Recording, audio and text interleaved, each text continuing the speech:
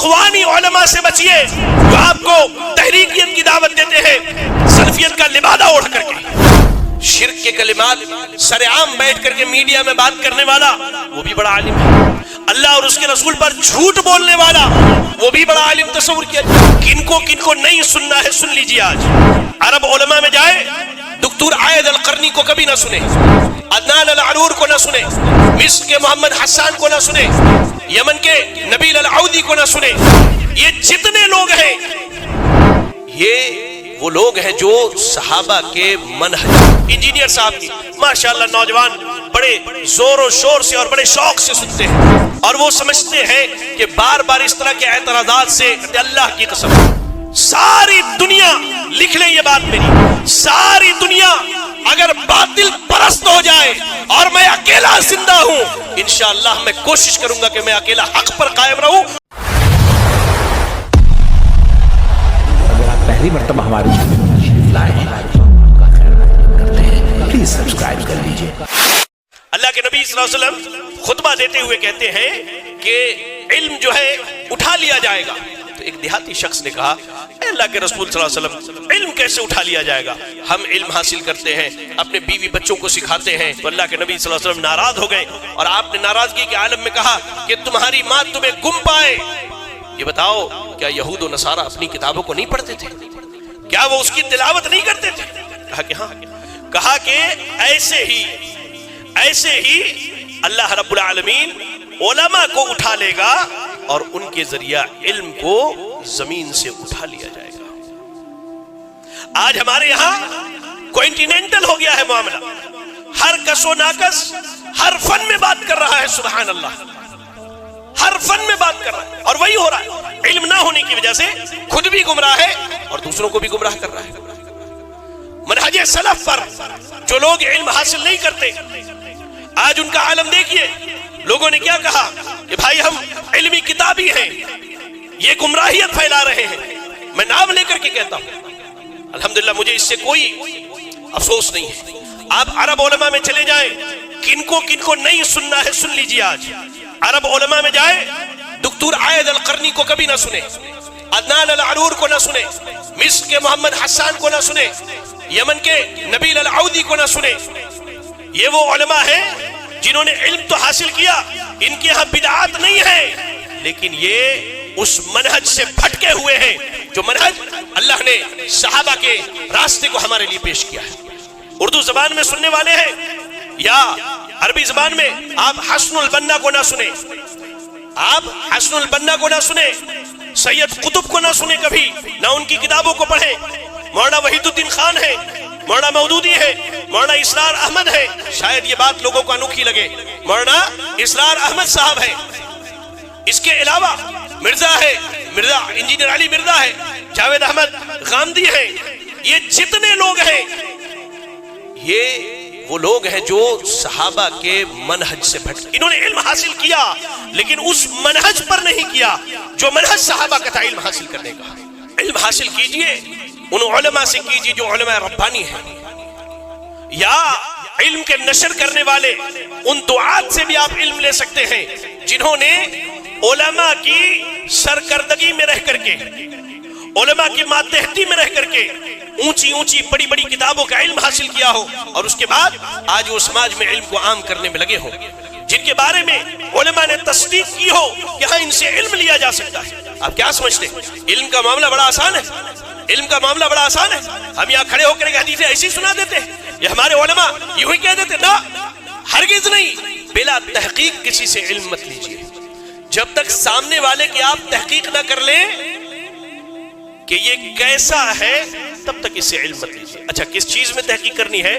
صحابہ کرام اور سلف کا منہج یہ تھا کہ وہ کہا کرتے تھے کہ ہم جب تک سامنے والے کی حالت نہیں دیکھ لیتے، سنت کے معاملے میں یہ سنت کے بارے میں کیسا ہے تب تک اس سے علم حاصل نہیں کرتے تھے،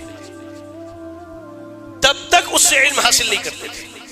آج میڈیا کا دور ہے ماشاءاللہ، ہر آدمی کے ہاتھ میں موبائل فون ہے۔ آج یہ تمیز ختم ہو چکی ہے کہ کس سے علم لینا ہے کس سے علم نہیں لینا ہے۔ ہر آدمی ریلز دیکھ رہا ہے، کوئی اسلامی ریلز دیکھ رہا ہے، فلاں صاحب کی تقریر، فلاں صاحب کی تقریر، فلاں، یہ ماشاءاللہ بڑے بڑے یعنی کہہ لیجئے کہ بڑے بڑے علماء، میڈیا نے آج یعنی لوگوں میں کون بڑا ہے کون چھوٹا ہے، آج یہ میڈیا طے کر رہی ہے ہمارے لیے میڈیا طے کر رہی ہے۔ جو جتنا زیادہ دکھ رہا ہے ہم اسے اتنا ہی بڑا عالم تصور کرتے ہیں، اللہ اکبر۔ لیکن آج میڈیا نے یہ ثابت کیا کہ جو جتنا زیادہ لوگوں میں مشہور ہے، گرچہ وہ غیر منہجی ہے اور وہ نوادرات اور انوکھی انوکھی باتیں لے کر کے آتا ہے، لوگ اسے اتنا ہی بڑا عالم تصور کرتے ہیں۔ یاد رکھیں سلف کا یہ منہج رہا ہے کہ جب تک وہ نہیں دیکھتے تھے کہ سامنے والے کا سنت کے بارے میں کیا معاملہ ہے، اس سے علم نہیں لیتے تھے۔ آج داڑھی کٹا، شیو کیا ہوا، وہ بھی ماشاءاللہ بڑا عالم ہے، وہ بھی بڑا عالم ہے، اللہ اکبر۔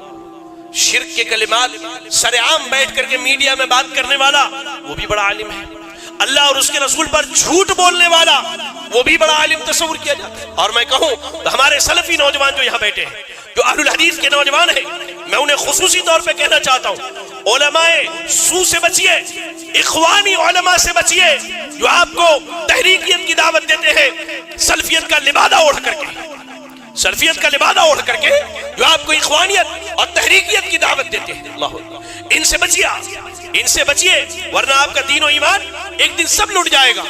ہمارے نوجوان، سلفی نوجوان، ہمارے یہاں مسئلہ کیا ہو گیا ہے کہ بات کس کی اچھی ہے، فرق ختم ہو گیا ہے کہ صحیح منہج پر کون ہے۔ ہمارے یہاں مشہور کیا ہے کہ جتنی اچھی بات ہوگی اتنا اچھا ہے۔ ہم یہ نہیں دیکھتے کہ کہنے والا کون ہے، ہم کیا دیکھتے ہیں کیا کہہ رہا ہے۔ لیکن سلف کا اصول کیا تھا، سلف دیکھتے تھے کہ کہنے والا کون ہے، کیا کہہ رہا ہے، وہ بعد میں ڈیفائن کیا جائے گا۔ پہلے یہ دیکھیے کہ کہنے والا کون ہے، سنت پر اس کا عمل کیسا ہے، سنت کے معاملے میں وہ کیسی رائے رکھتا ہے، سنت کے معاملے میں اس کا طرز عمل کیا ہے، کیا وہ سنتوں پر عمل کرنے والا ہے۔ اب دیکھیے مثال دیتا ہوں انجینئر صاحب کی، ماشاءاللہ نوجوان بڑے زور و شور سے اور بڑے شوق سے سنتے ہیں، اور وہ سمجھتے ہیں کہ بار بار اس طرح کے اعتراضات سے یعنی ان کی وجہ سے ہماری زندگی میں دقت ہے ہم لوگوں کی، اس لیے ان پر اعتراض کرتے ہیں۔ اللہ کی قسم، سب سے بڑا مسئلہ انسان کی زندگی میں رزق کا ہے۔ یہ ہمارا ایمان و عقیدہ ہے، زمین و آسمان کے پیدا کرنے سے 50,000 سال پہلے اللہ نے لکھ دیا تھا کہ ہماری زندگی میں کیا رزق ملنے والا ہے، وہ کسی کی وجہ سے فرق نہیں پڑتا، اللہ کی قسم۔ یہ سلفیت کا درد ہے جو بارہا ہم آپ کے سامنے یہ بیان کرتے ہیں۔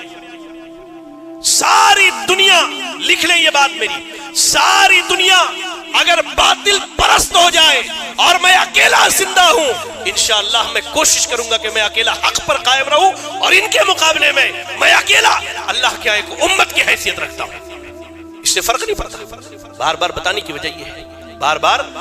کی وجہ یہ ہے، اب دیکھیے، آپ دیکھیں کہ سامنے والا سنت کے بارے میں کیا موقف رکھتا ہے۔ اب سنت رسول کیا ہے کہ میرے صحابہ کو گالیاں نہ دو، میرے صحابہ کو برا بھلا نہ کہو، میرے صحابہ پر تبرہ نہ کرو۔ اچھا، بعض مقامات پر اللہ کے نبی صلی اللہ علیہ وسلم نے بعض صحابی سے ناراض ہو کر تھوڑے سخت کلمات بھی کہے، جیسے ایک صحابی کی موت ہو گئی کسی صحابی کے مشورے پر، تو اللہ کے نبی نے کہا کہ تم نے اسے قتل کیا ہے، اللہ تمہیں قتل کرے۔ سیدنا معاویہ کے بارے میں ہے کہ آپ کھانا کھا رہے تھے، اللہ کے نبی نے 3 مرتبہ بلایا، آپ نہیں آئے تو اللہ کے نبی نے کیا کہا، اللہ معاویہ کا پیٹ نہ بھرے۔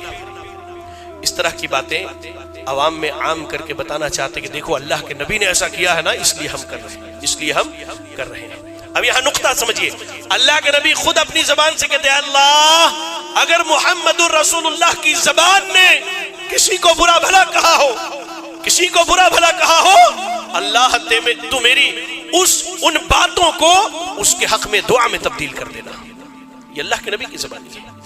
اب سنت کا علم نہیں ہے، اللہ اکبر۔ اچھا، بعض بھائی کیا کہتے ہیں، نہیں شیخ باتیں اچھی ہو تو ہم کسی کی بھی سن سکتے۔ دلیل ماشاءاللہ نوجوانوں کے پاس دلیل بھی ہے۔ دلیل کیا ہے کہ شیطان نے آیت الکرسی سکھلائی تھی، ایک چھوٹا سا نقطہ ہے اس پر، یہ بتائیے کہ شیطان نے آیت الکرسی کس کو سکھائی تھی؟ میں سمجھتا ہوں کہ زمانہ نبوی سے لے کر قیامت تک کے سب سے بڑے محدث سیدنا ابو بکر صدیق، سیدنا ابو ہریرہ رضی اللہ تعالیٰ عنہ کو سکھلائی۔ کیا ابو ہریرہ رضی اللہ تعالیٰ عنہ نے اس شیطان کی بات وہی مان لی؟